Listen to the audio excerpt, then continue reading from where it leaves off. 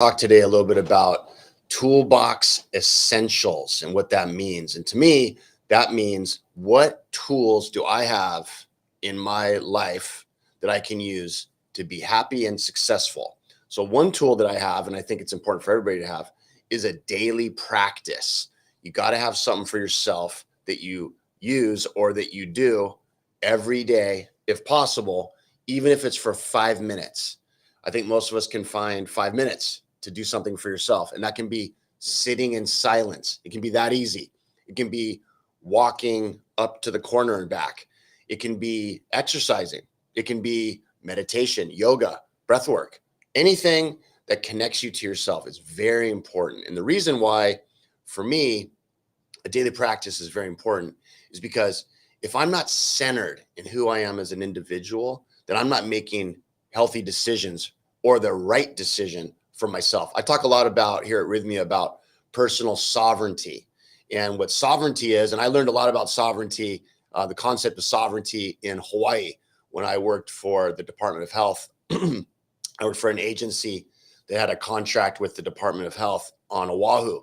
And we would have Native Hawaiian families and other people that qualified for mental health services. And in Hawaii, sovereignty is a big deal because it means empowerment, autonomy, and independence.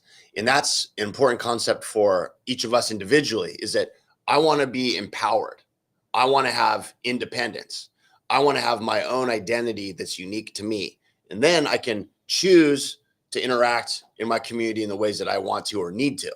So sovereignty and personal sort of like empowerment, independence comes from being plugged into yourself. If you're dissociated and unplugged and not connected, then you're going to be like swaying in the wind at any moment with any sort of decision that comes your way or any sort of influence. You're easily manipulated if you're not connected. So, the goal of a lot of businesses and big corporations, a lot of governments, just a lot of things in the world, the goal is to keep you a bit off kilter and not connected, because in those states of dissociation, you're easily controlled, you're easily manipulated. You can easily be convinced to buy things that you really don't need. So I think that being connected and plugged into yourself is a very, very important concept. Now, if you learned that being connected to yourself was scary from childhood, because if you're connected to yourself, then you're present with you, you're in your own sort of world. If you learned that that was dangerous because you were being abused, abandoned, neglected, or you were in a chaotic environment. Like me, I grew up in a chaotic environment. I wasn't abused, but I was definitely in an environment that was very, very, very chaotic. So being present with myself in those chaotic environments was challenging, because when you're present with yourself, you can't read other people or other things around you. You're not hyper vigilant when you're connected to yourself. What you are is you're present and you're feeling your own emotions. And that is very important. Now, there are times to unplug from that and become hypervigilant to assess your environment, to assess other people. However, if you're always in that state, always dissociated, always unplugged, then you're going to have a lot of struggles, a lot of issues, because you're unable to make the decisions for yourself that are beneficial for you. You're also going to be not feeling the emotions that are actually yours. And over a lifetime of doing this, if it stems from childhood, you become flooded and overwhelmed. And eventually you become to this point where you can't feel a whole lot of anything. You're just numb. Okay, so a daily practice, very, very important. Now, you might think, well, I'd love to have a daily practice. I would love to do that. That sounds like a good tool. However, I'm not comfortable sitting with myself just yet. Okay, fair enough. That makes sense. So how do you get comfortable sitting with yourself? Well, there's a lot of ways to do it. So why wouldn't you be comfortable being with you? Why wouldn't you be comfortable being alone? Or why wouldn't you be comfortable feeling your own emotions? Well, that's because those things are unresolved. That's because you have unresolved emotional trauma. You have unresolved emotional pain. You have unresolved self-identity. You don't know who you really are. You're confused about you. You're overwhelmed. So how do you get past that? Well, there's a lot of ways. There's a million ways. One of them is coming to Rythmia. That's one way, because that's what we do. That's what our whole program is focused on. It's about connecting you to yourself, helping you plug into you, and healing all of those unresolved emotional traumas and emotional pain that you never had a chance to look at or feel, or you just didn't have the tools to do it. So that's what we do at Rythmia, is we help you plug into yourself and heal that. That's one way. Another way, the field that I'm from, in Los Angeles, I was trained as a psychologist, and I worked in a practice, and I worked in a psychiatric hospital, and I worked in group homes, and I worked in drug and alcohol rehabs, and I worked in every kind of inpatient clinical setting you could imagine. And people in those environments were attempting to do what we're doing at Rythmia, meaning find themselves, connect with themselves, heal emotional pain, and plug in and no longer be dissociated. But the tactics and the tools that we were using in that old way that I was associated with was a lot of therapy, years of therapy. A lot of drug and alcohol stuff was being addressed in therapy. Also, meds, a lot of meds, psychiatric meds, psychotropic meds, antidepressants, anti-anxieties, ADHD meds, antipsychotic meds, you name it, meds, right? That's another way that I was taught how to address these issues. And in and out of a revolving door of lots of inpatient hospitalization and drug and alcohol stuff and all kinds of problematic environments. So that's one way to do it, but it takes a very long time, and it's expensive, and it's just exhausting. And to be honest, it's not really that effective. The most effective way to overcome your own personal emotional pain is to deal with it yourself, not to have a facility do it, not to have another person do it, not to have your best friend do it or your therapist do it. The best way to do it is to have you do it. But how do you do it if you don't know how? You were never taught this. You know, in school, we always say, well, no one was ever taught about credit or bank accounts. So everybody's broke and everybody has credit card debt. Well, yeah, because no one was taught how to do it in school. This is the same thing. No one was taught how to handle your own emotional issues. At Rythmia, we teach you how. That's what we do. We teach you how to handle your own emotional issues. We give you tools to do it.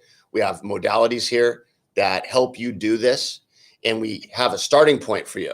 We help you heal this through our program that's very unique. That's one of a kind here at Rythmia, medically licensed.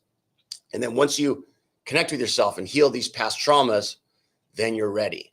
Then you're ready to move forward in life in a way that's beneficial. You have sovereignty. That's what happens. And so then you can make your own healthy decisions for you. You can see things clearly. You can connect with people in a way that you never have before.